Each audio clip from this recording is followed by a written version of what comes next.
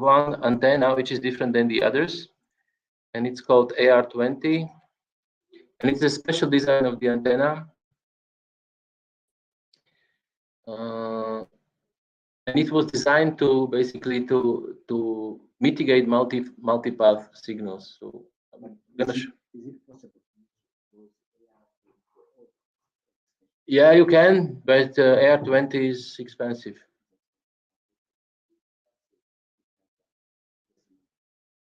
Honestly, I would really rethink maybe relocating some sites if I was you. So, for example, this Chimani, I would relocate it if possible. I'm not sure because was there any reason why you had to set it up so close to these towers? Because of the cable. The cable length. Huh? Well, this one, for example, this is next to the antenna. Also, that one. Sorry, next to a tower. Because we were limited with the cable length. That's the problem. 30 meters. The exercise might need. So this is this AR20. This is the special. We call it a choke ring. So these rings, you see, they have different depth, and they have also different, I would say, wideness.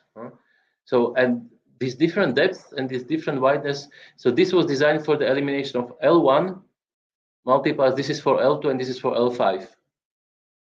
So depending on the depth of this and the spacing of the rings, you can eliminate reflected signals from different signals. For different signals. So this is why this antenna is actually designed for eliminating reflected signals for all frequencies. And this is why maybe here I don't see so many reflections. The multipass is lower than expected because I have also a lot of obstructions. I have the tower next to the antenna, but actually this plot is not as bad as, for example, yours. That one is terrible, and this one is also quite bad. So I can save it. So thanks to the antenna design, perhaps the multipass is not so big at Chimani. One more plot that you can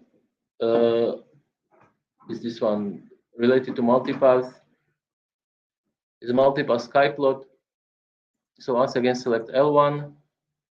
You can select multipass from 0 to 3, and you can select the time series, and it will give you a plot similar to this one. And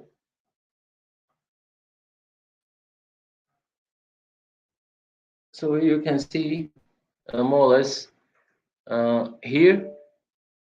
I have the tower here, so you can see some multipath, higher multipath here. So we have the scaling here once again. This represents 1 meter. This 2. This represents 3 meters. From 0 to 3, or from 1 to 3.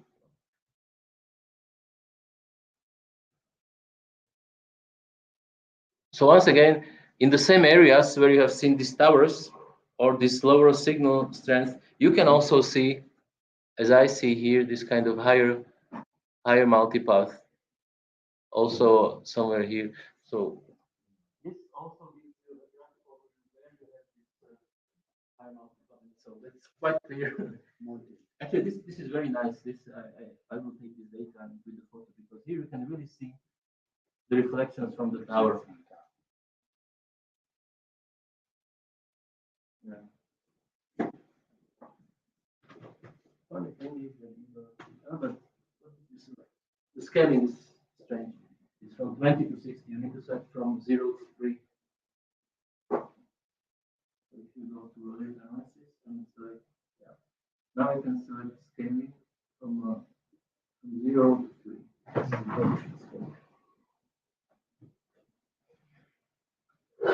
I'm curious to see.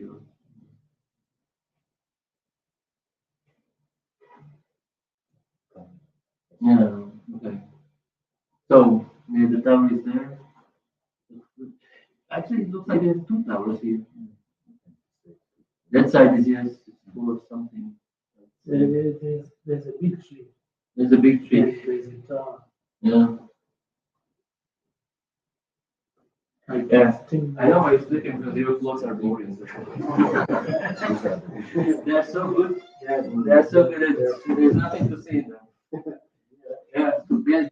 This is caused by the obstruction. So you have I'm sorry. So you have the trees here. This is why when the receiver starts tracking the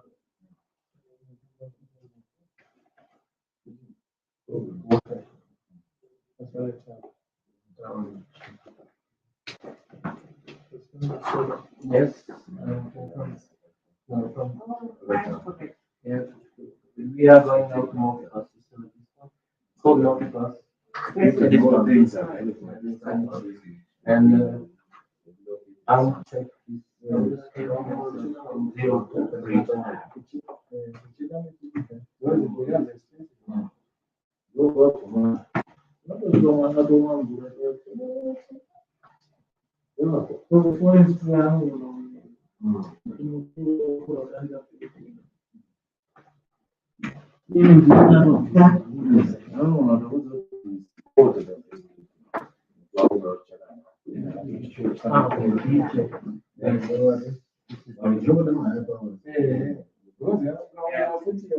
So Sentinel, once again, no reflections. They are solar. So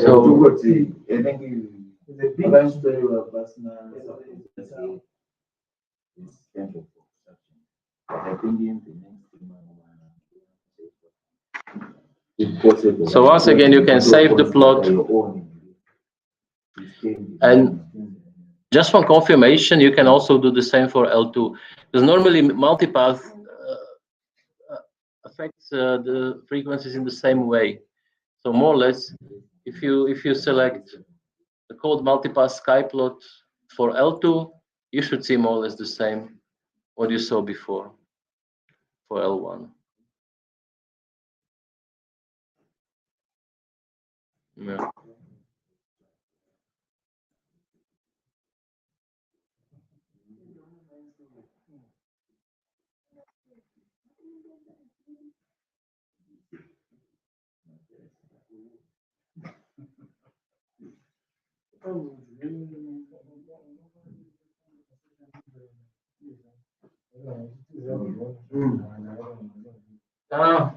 Close it by accident.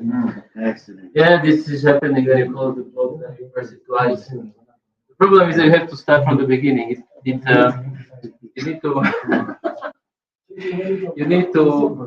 Yes. No, that's fine. We have to wait. You need to import all the files. Okay, close it, please. Press this icon here. No, this one. Yes, that one. This is this import GPS navigation. Okay. Then import the GLONASS navigation. It's here. This is very close. Yeah. Yeah, that one. They do. And the observation file.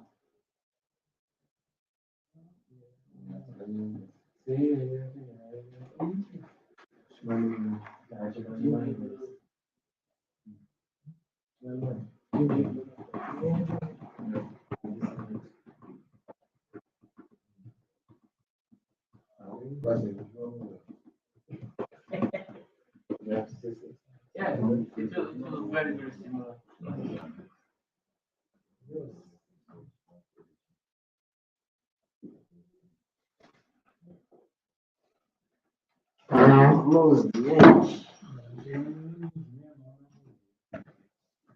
All right, so we can go raw data analysis, enable disable satellites, and yeah, disable all, and then enable only GPS.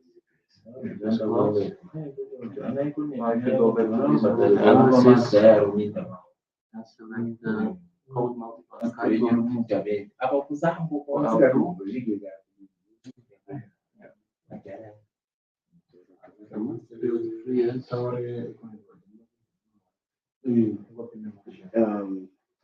This time we had the report for this guy. Full report.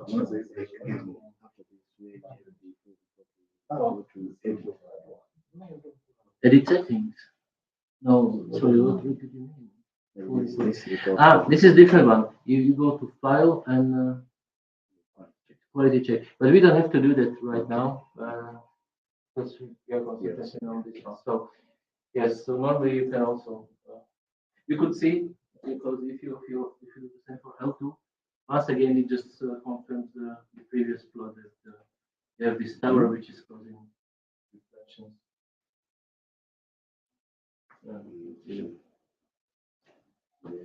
Also, yes.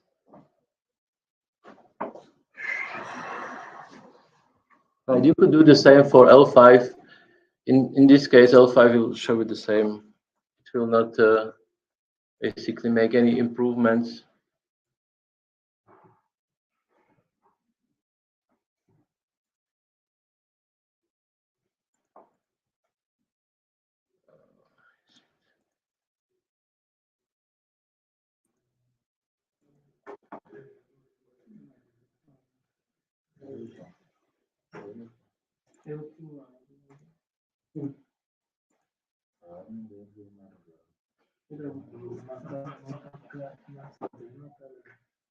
So once again, L5, we have less satellites transmitting on L5. This is why the plots are not as dense.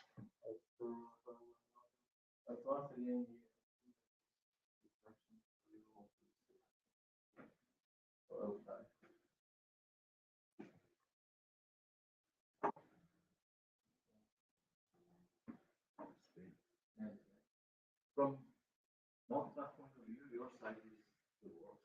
You are the winner.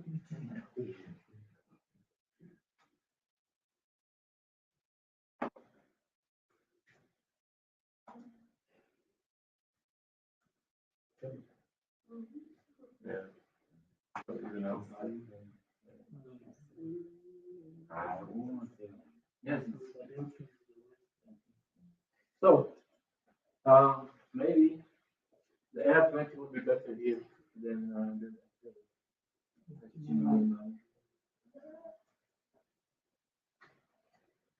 oh, well, actually, it's difficult to say. Maybe if we switch the antenna, then we'll see much worse performance. This one will be good. So well. Good. So these are more or less.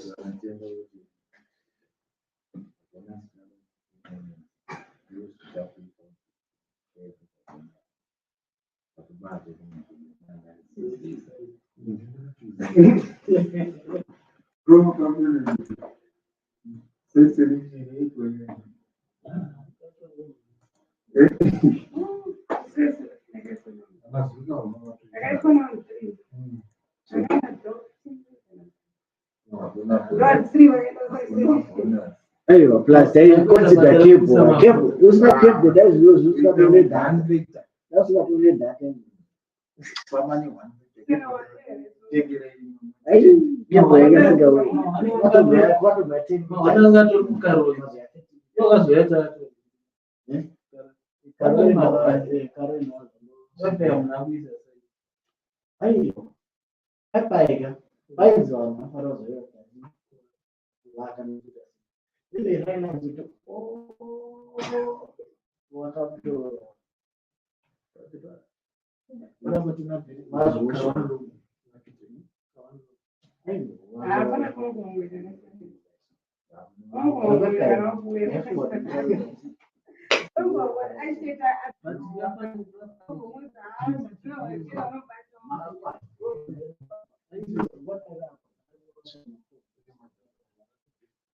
The last plot that you can create here is this receiver clock, and this is not actually related to your size but to your hardware. So if you select receiver clock, select here in meters, and this will be effect on the raw data observations due to the clock of the receiver. So normally, if everything goes fine, you should see something like this. So you should see some kind of oscillation of the measurements around 0 value. And this is basically due to this clock. How is it called? Not offset, but fluctuation of the clock in the receiver. So the receiver has a quite accurate clock, but even very slow fluctuation is causing this kind of biases or errors in the measured observations due to the clock. So, but I have seen much worse. I've seen these errors going up to thousands of meters, and the clock of the receiver is resetting. So, if you show that, so this is for.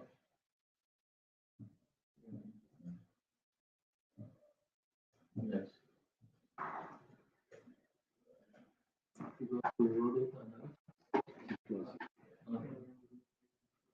It's crashing. It's closing.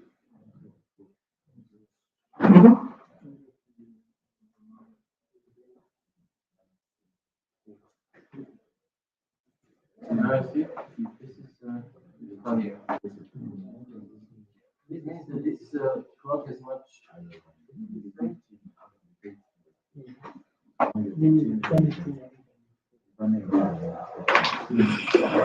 mean, it's not completely bad, but the fluctuation of the clock is different. You see, this one is very regular, more or less, but here it's kind of fluctuating in a funny way. This one is better. Look at that. But it looks like very similar.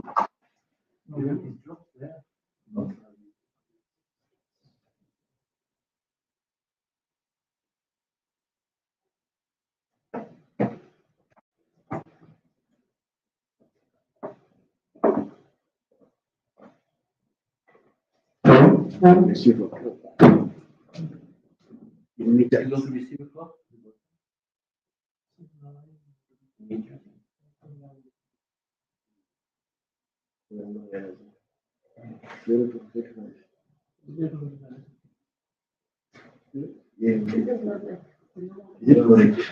The clock has, I would expect something like this, but all three of you have very similar pattern, which is strange. Receiver clock.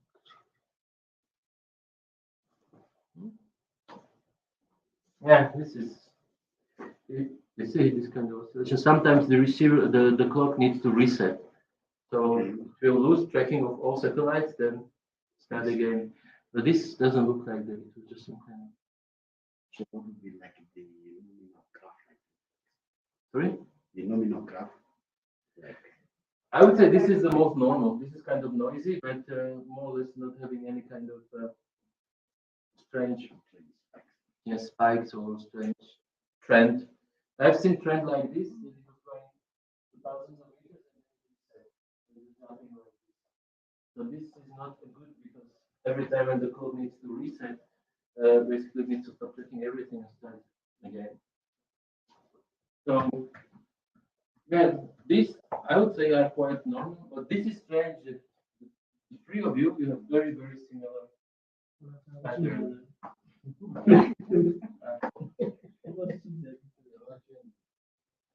Anyhow, so during the processing of data, the clock actually is estimated as the fourth unknown, which is why we don't really care. But normally the clock should be more or less stable. It should not have some. But we are talking about the tens of meters, so this is really nothing. When we would have thousands of meters, then it would be much worse. So what you have seen is basically analysis for one satellite system only. To be very, I would say, rigid, you should do the same for all satellite systems. So basically go to raw data analysis, select enable disable satellites, disable GPS, enable GLONASS, and basically generate the same plots. Then only then you are basically sure that you have no issue, because as I said, The different satellite systems can be affected differently. At here, yeah. So mainly in terms of interference. So if there is an interference, it can affect, for example, GLONASS more than GPS or vice versa. So in that case, for that reason, if you want to have full information of the station, you should do this kind of analysis for other systems as well. And then you can basically compare the performance with GPS, with GLONASS, Galileo, and Beidou. So when you do the GPS, it has L1 and L2 only. So when you do the GLONASS, it has L1 and L2 only. So you need to generate the plots for L1 and L2 only. So you can see, I see the same things here. More or less our weak signals here at the lower elevation. So, but it looks like the signal strength is still within this normal limits. SNR versus elevation, the same as before. So not really, I cannot see any difference. So it's exactly the same as before. So as expected, at least here, with GLONASS, there seems to be the same performance. We'll have a look now at this SNR time series. So one, yeah, not noisier than before. So just these drops as before. So the same.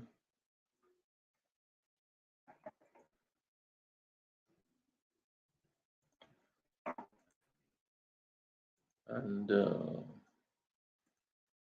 for L2,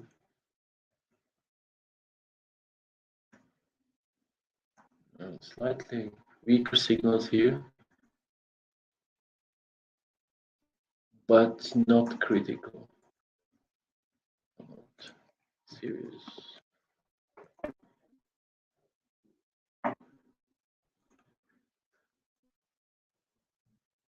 If we have a look at the code pass, so properties, select 0 to 3, yeah, the same. Not as many incidents, but this, as I said, this might be due to the choke ring design of the antenna. And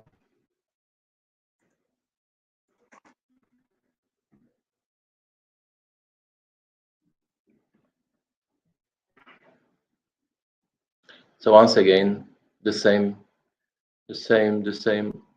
plots also from GLONASS.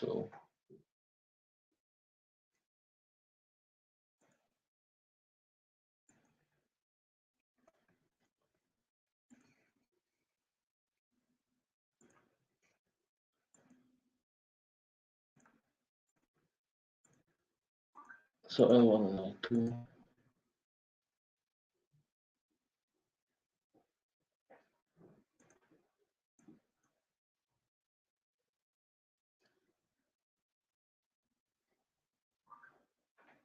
Right.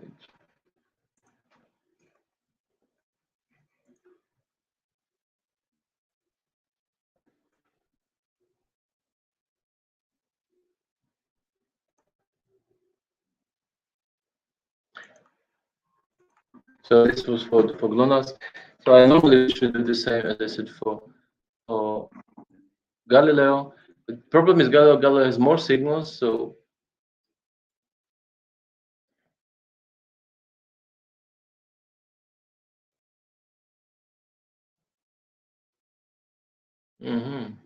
it looks actually very bad, even worse. So all this, yeah. Okay, so this is actually something I've already seen. So it's a nice sky plot. So Galileo has E1 frequency. This is the main frequency. So you can see slightly different geometry.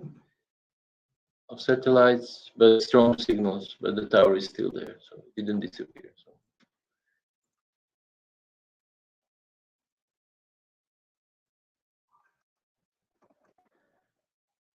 So we can try to read at least this is one more, just for practicing, and then I'm going to show you how to configure this automatic processing.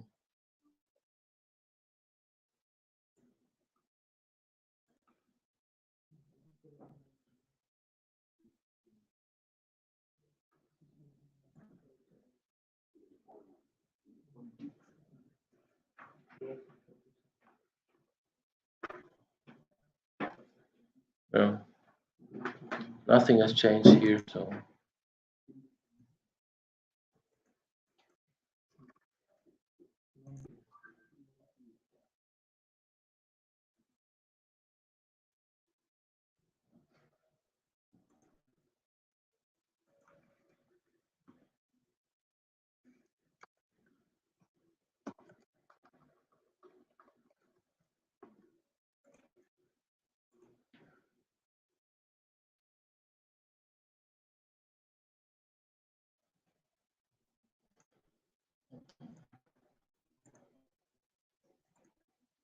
It's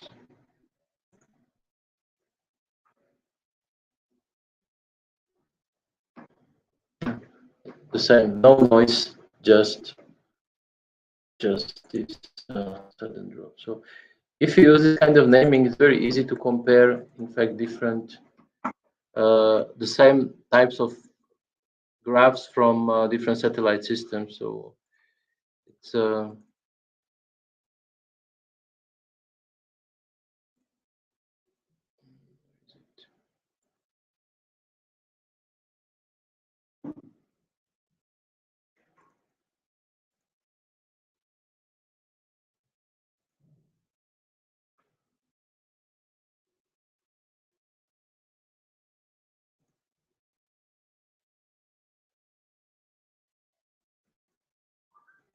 so this is the same side, and you can just compare, for example, this SNR sky plots from different satellite systems. So this is GPS. What is this? This is GLONASS. Sorry, the first one was Galileo. So you can always see, you should be always see the same, the same problems there. So for example, like this tower. All right, so this is the way how we can analyze in detail, basically everything related to potential problems at remote sites. And now I'm going to show you how you can basically configure some kind of automatic RINEX quality check, which means that. Oh, you have any questions related to this one, or is it more or less clear? Analysis is never really that exciting, but it's important also to be sure the data that you are giving out, and actually, because at the end you are going to sell the data, then you should more or less know what kind of data you are selling. Correct. So.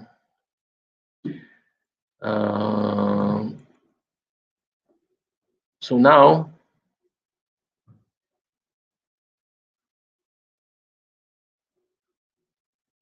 let's have a look at the server, and let's see what you can configure when it comes to this automatic quality check.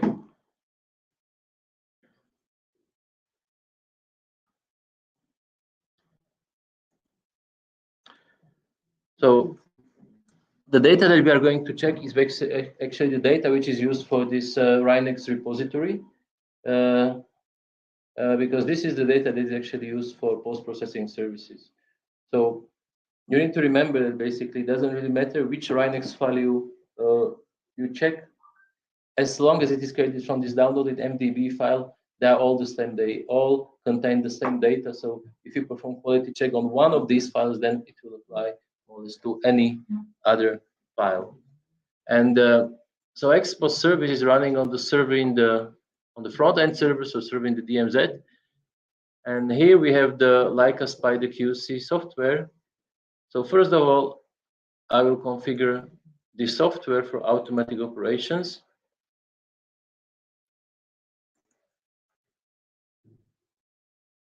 And first of all,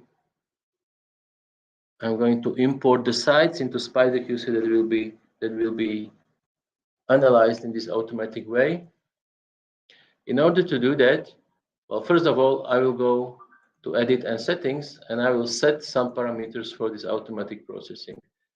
So based on what I have seen now here, I think the elevation can stay actually 5 degrees, but there will be some sites that for which this will always fail, in fact. Then we might adapt some other settings. So we'll report data epoch missing for one epoch. And as I said before, for quality testing, I'm going to slightly lower even the GPS here, because the Chimani Mani will basically always trigger some kind of warnings and alarms. So I will try with this 85%. We are going to ignore orbit-related problems. And when it comes to satellite status, I will remove the satellite R6, R10, and R23.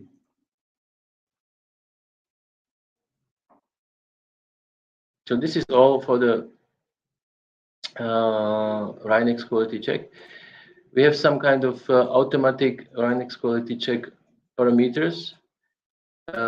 So we are going to resume automatic processing on program startup.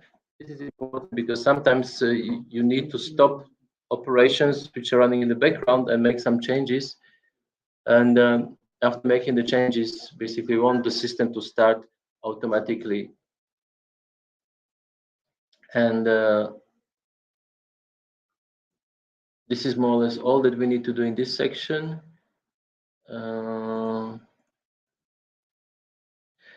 As an output, we are going to create web pages.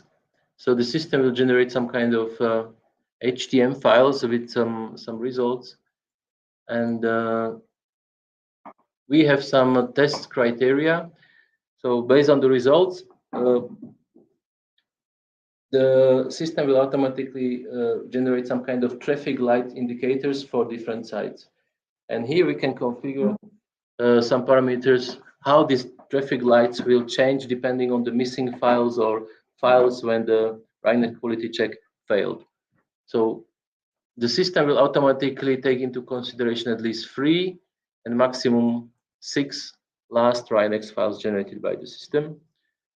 And then it will change colors between green, amber, and red, which basically means that red represents a site where at least at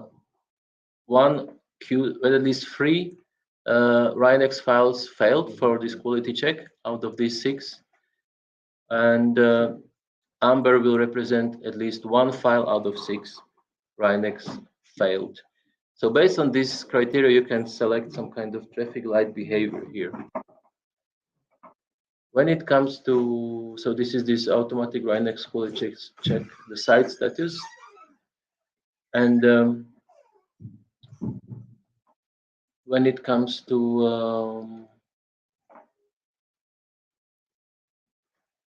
quality check graph extends, so basically we are going to use the default except for the number of satellites, where we are going to use up to 24 satellites. Or actually, what did you say? You had up to 40 satellites. Let's see, up to 30 satellites here. So then 24 is the highest number. Interesting. Okay, so 24 satellites. And when it comes to web settings, the system will generate different plots, and here you can select what type of plots the system should generate. So I will select something that it looks like, I don't know why. Okay.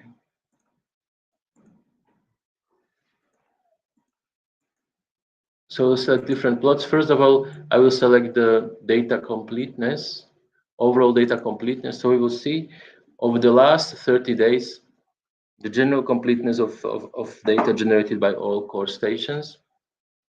We'll have file report length, which is 24 hours, and availability report length, which will be 30 days. I will include the receiver name and also link to the QC report. And so except for the overall data completeness, I will also check for average tracked satellites in total. Then we are going to estimate the multipath and also cycle slips. Okay, for 1,000 observations total. So I'm going to generate this kind of quality plots.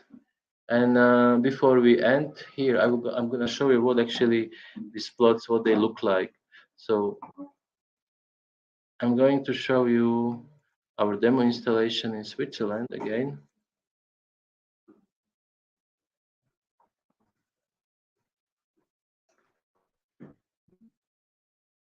And there is demo web. Okay.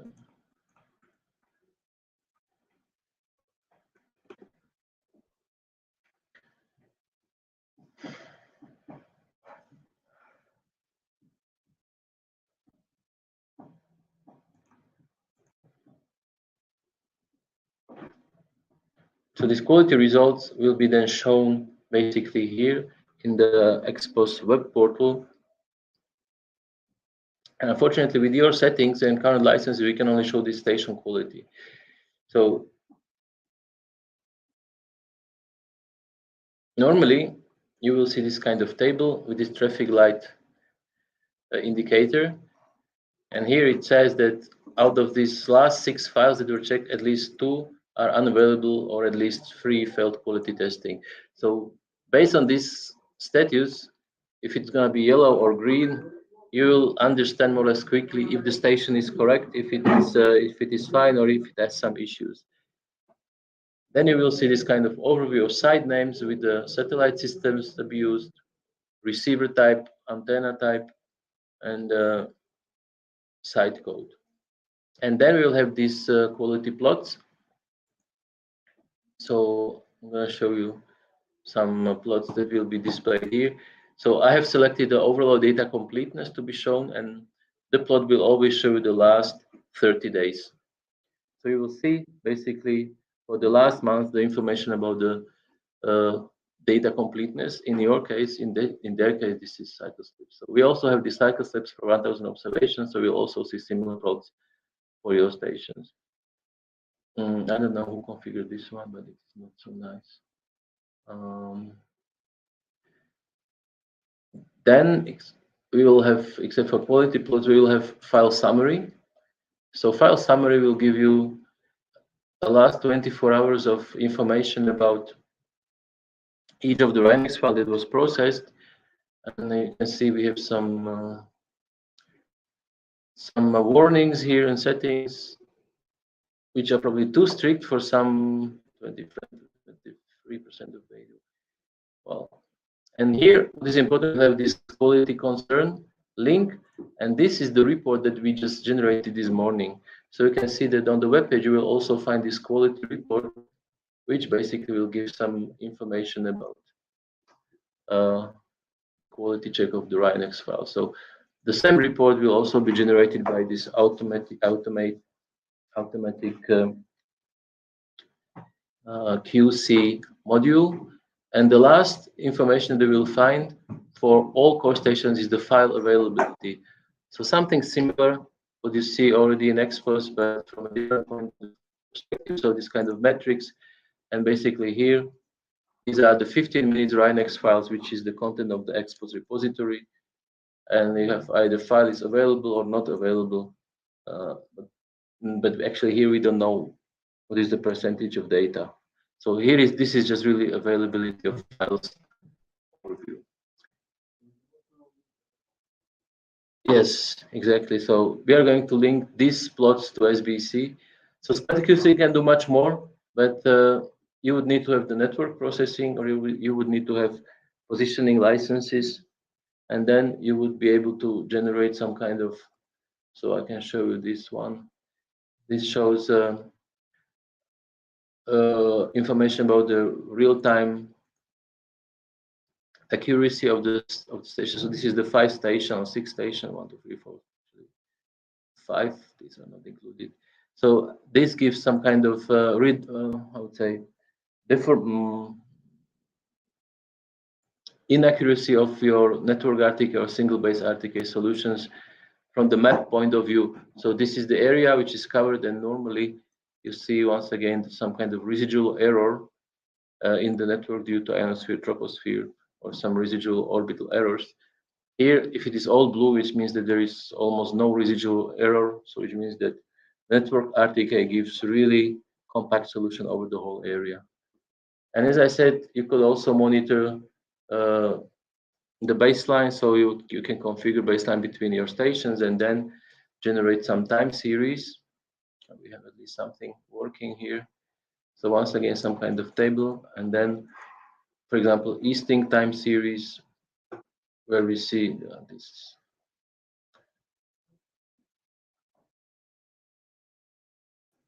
Okay, this is not nice because normally we should see just some kind of oscillation around 0 values.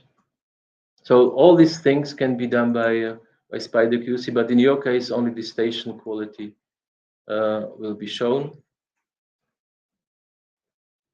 Right.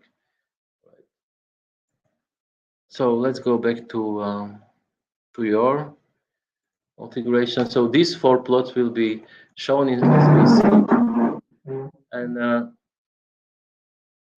I will just select OK, and now we'll go to this section Automate, and I will select the sites which will be used. So I will go to Edit Sites, and here I can simply press From Expos, and then it will read in directly all sites which are included in Expos repository. So all the sites which are part of Expos will directly be imported into QC for analysis. If you press OK, what is this?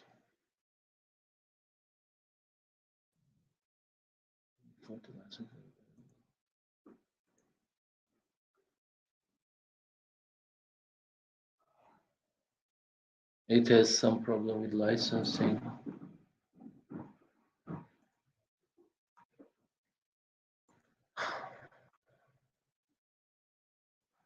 QC support 20. Yes, 20. And we are trying to import to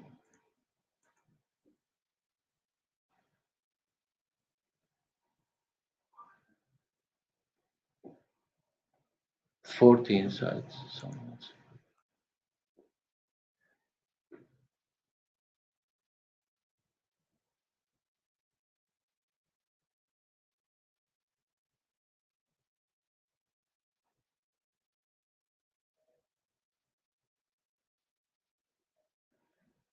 Okay, let's do it again. There's some strange problem.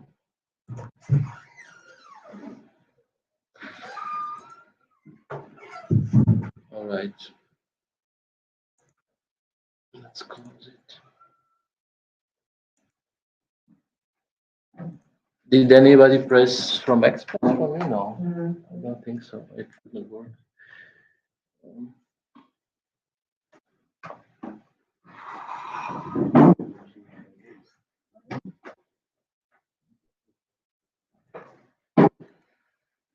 Okay, that was very strange. Okay,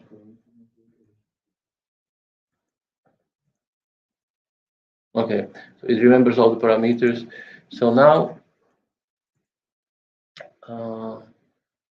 we can press actually start,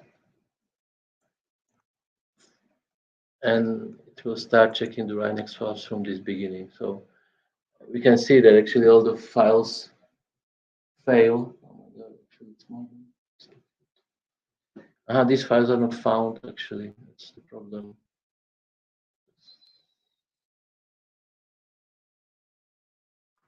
So we can press stop and see what is the reason why these files, why they fail, and then based on that we can fine-tune the parameters. So I just need to check.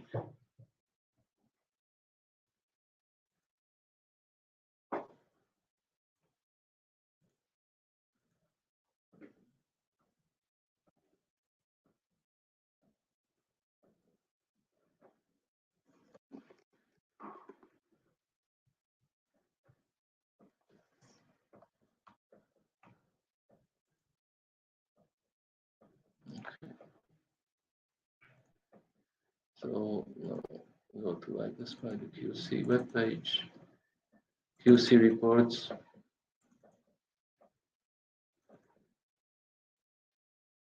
This one passes.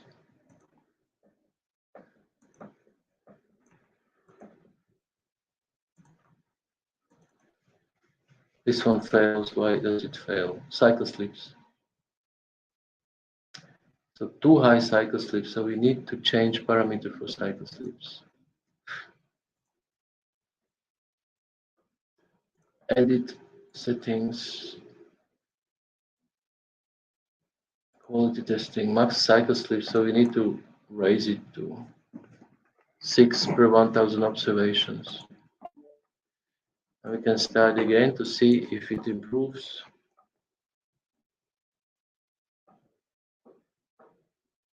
Okay.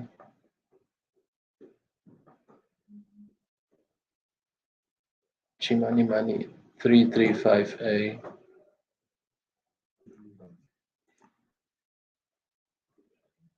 Okay.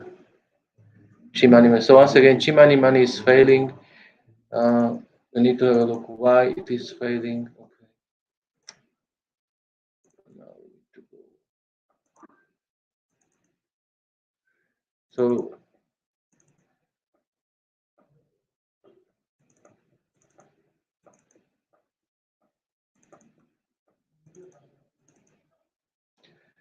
So Chimani is failing because of data completeness. Okay, 78%. So okay. So once again, Chimani is, yeah, the problem is that it affects all parameters because it is much worse than the other stations. So once again, if I go to quality testing and select this one to 75, then most probably it will pass. On the other hand, you should find some kind of good compromise so that actually the Spider QC makes any sense. So now you see, okay, all files basically successfully processed. We have Gokwe once again. Gokwe, Chimani, okay, failed again.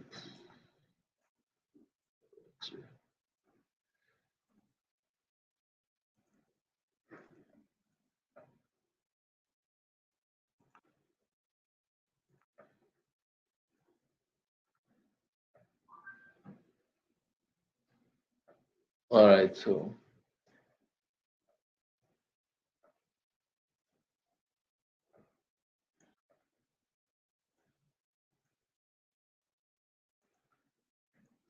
this is the way basically how to fine tune the settings until you reach some kind of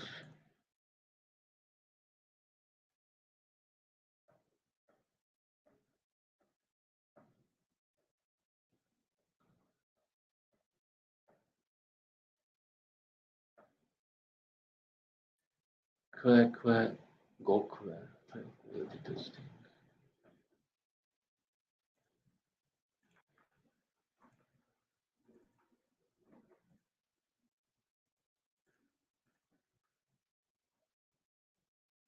Galileo, cycle sleeps.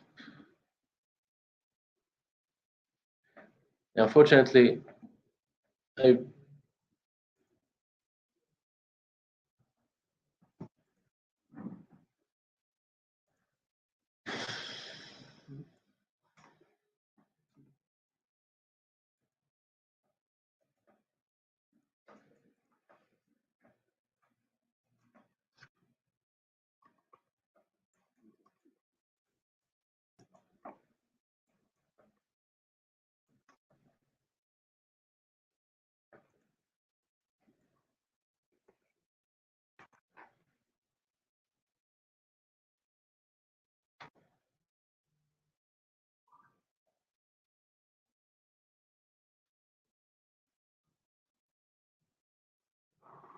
Gokwe, Chimani Money again, GSU.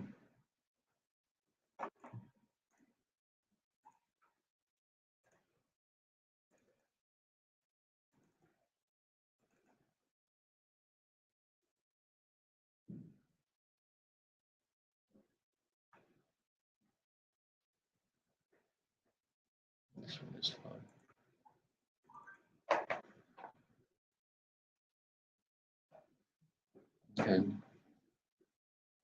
Okay, one more try and then we just leave it as it is.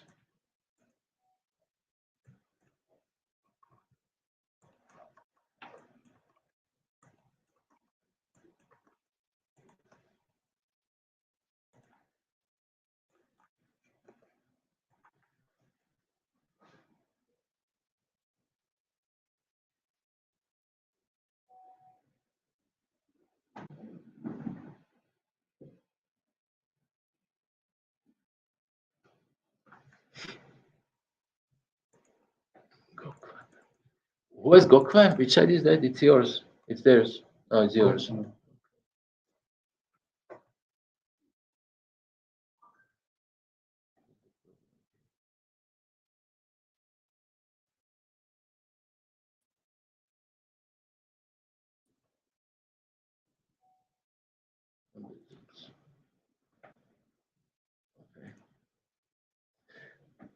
All right. So let's see. It's more or less somehow running. So normally now, if you want to implement it into an expos, then we have one setting.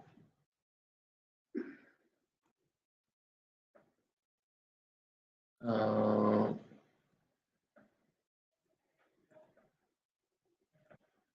login as administrator. So if you go to expos,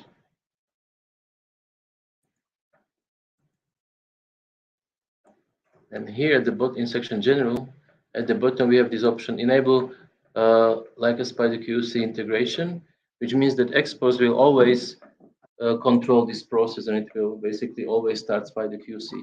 Since we have configured the Rhinex quality control for all expos sites, then basically expos will automatically run SpiderQC. SpiderQC will start checking the files and also generating some kind of web output, because this is what we have configured.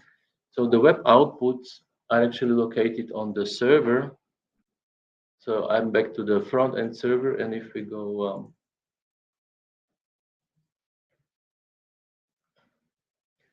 to Genesis data, apps, expos, and the repository, we have this, it's called uniform, and here we will have the web results.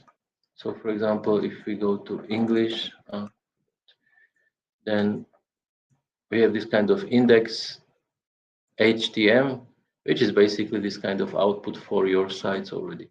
So you can see that the system has already created the website, and we just need to link this website to the actually QC map, well, QC map to expos. So how can we do that? So in expos, here we have an option to extend the menu. So this is the menu, and here we can, as I have shown you before, you can link some existing websites. You can basically create a link to external or the other sites, but you can also add some HTML files which are created locally, for example, by this SpiderQC. And so the label, it will be the names. I will say it's called course quality, for example. And now the link, it is a link to this HTML file, and it should look like, just a second, like,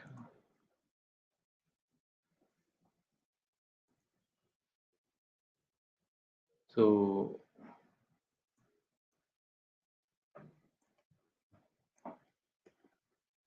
it looks like this, except for the local host. We will type in the 41 174.184.62.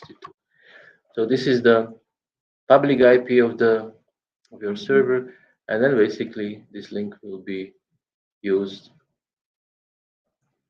for this plot. So now it will be published, show in. So you can use this menu or the menu at the bottom. So this one. So we are going to use the side navigation, which is here, and show for privileges. So I will show it to administrators, and if you want, you can also show it to users. So then the users will also see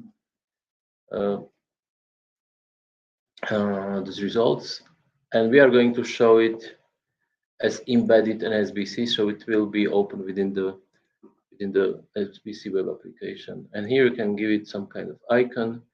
So for example, this one. Already checked. I'll press save and close. And now you see that this course quality has appeared here on the list. So if I click on it, then it gives me this overview of your station. So at the moment, if we go to file availability, we are here. So you can see it is waiting for at least 3 files to perform or to make this first traffic light analysis. And if we go to file summary, so it was already running before, so we have some data here, and this is basically what it's going to look like. The quality plots, as I said, we have the overall data completeness, then we have number of satellites in total, then we have multipath, and then we have cycle steps for 1,000 observations. So the system is already running, and basically the quality is also shown in the web portal. So everything will be automatic, and you will have information about the quality of your stations in this way. And this is more or less all that we can configure right now when it comes to the quality. As I said, SpiderQC has some more options, but you need to purchase more licenses for different modules, etc. All right. Good. So it's more or less all from my side. So it was very. It is also kind of difficult to do this analysis because it's too much information, especially if you are not directly involved in GNS. It can be quite boring, I understand, but I had to show it. So that's what you bought, that's what you purchased. So. Yeah, now we see the data, especially the graphical plot. Yes, this is very interesting. Yes, but thanks to the fact that we have some nice plots, because usually you have only boring plots. Usually we have plots like you have this quality plot where you cannot see anything. Everything is just too good. So thanks to the fact that you have decided to locate your core station close to the towers, then we can see some nice plots. So. But you got the idea that basically, as a service provider, you should really know what you are selling. So this is how you can check. All right. So yeah, if you don't have any questions, I think related to that, so I think we can close the session today. So tomorrow it will be a short session. I'm going to show you how you can create an account on our Leica Systems customer portal. So since you are our customers, you have access to our portal, from where you can always download the latest versions of software or firmware for the receivers or overs, whatever product you have. And I'm going to show you how you can actually update your software solution, and also how you can upgrade your firmware on the receivers, because we have new firmware. So I'm going to show you how you can do it. All from the office, no need to travel to remote sites. Everything can be done remotely. So that's the plan for tomorrow. And for tomorrow, I need to leave at about 11 from here, so it will be only 2-hour session. So we'll start at 9 and finish it at 11. Okay, good. We go to party. I go to party. Now you can go to celebrate with your friends if you have something. Now you can go to the party even today, you see.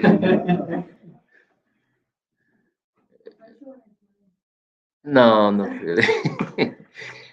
If I knew somebody there, it's more fun. But yeah, but you are not going there, I guess.